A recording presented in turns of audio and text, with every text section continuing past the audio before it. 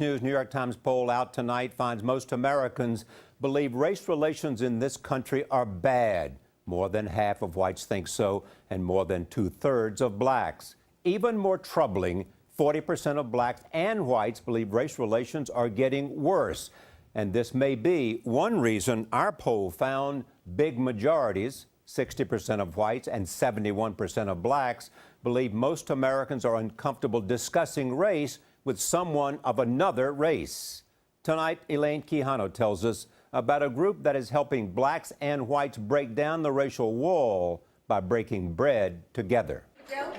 It starts out like any other dinner party. Thank you, that's great. I appreciate it. But then a difficult conversation begins. Blacks don't trust white people by and large. I didn't have any black friends. I mean, a couple of acquaintances.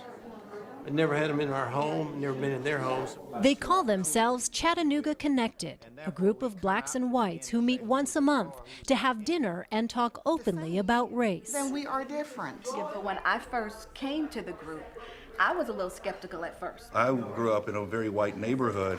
We are segregated by every facet of our lives. They didn't want to have anything to do with me. She married a black man. They were brought together by 75-year-old Franklin McCallie, a son of privilege whose family name is seen everywhere in this town. He says he was raised to believe in the South's segregationist order. Did you used to use the N-word? I've used the N-word, and I told some in-jokes. They were less. They lived in less homes. They got off the street. They said sir to me as a young man. But in college, a conversation with a student from a nearby African-American school changed everything. He said, "You know where we eat lunch? My uncles and I, who fought in World War II for freedom and justice and pursuit of happiness, we get on a bus and we ride 2 miles out of town to eat lunch because none of the stores we shop in will let us eat." Does it ever get uncomfortable, these discussions here?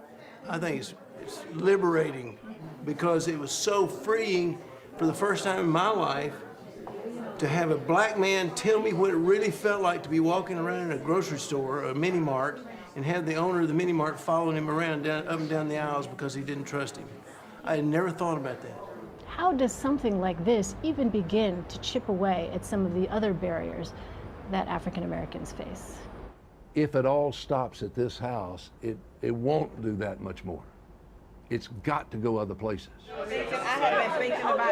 Finally seeing people by talking face to face. Elaine Quijano, CBS News, Chattanooga, Tennessee.